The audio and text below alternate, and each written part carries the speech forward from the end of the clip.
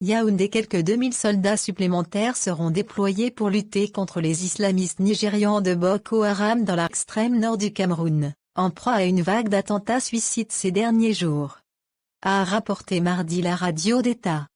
Près de 2000 soldats supplémentaires seront déployés dans la région de l'extrême nord, a rapporté la Cameroun Radio-Télévision, CRTV, sans donner de précision sur la date de ce déploiement.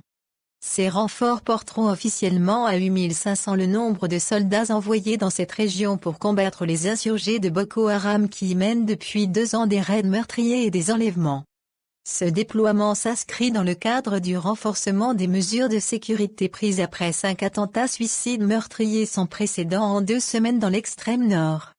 Depuis dimanche, 7 personnes ont encore été tuées, dont 3 décapitées, dans la région lors d'attaques menées par les islamistes.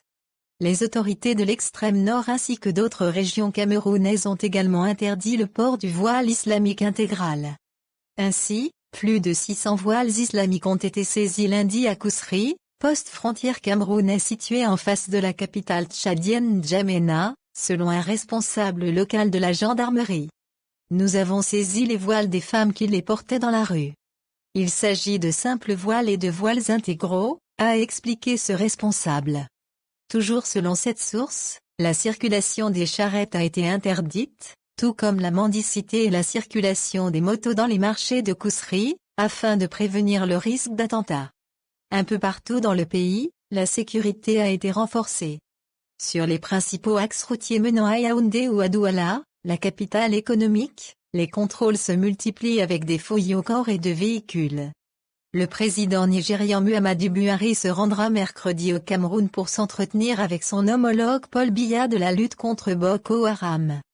Cette visite a pour but de construire une alliance régionale forte pour affronter Boko Haram, selon un porte-parole de la présidence nigériane, Garba Shehu. Le déploiement de la force d'intervention conjointe multinationale, MNJTF, avait été annoncé d'ici au 30 juillet.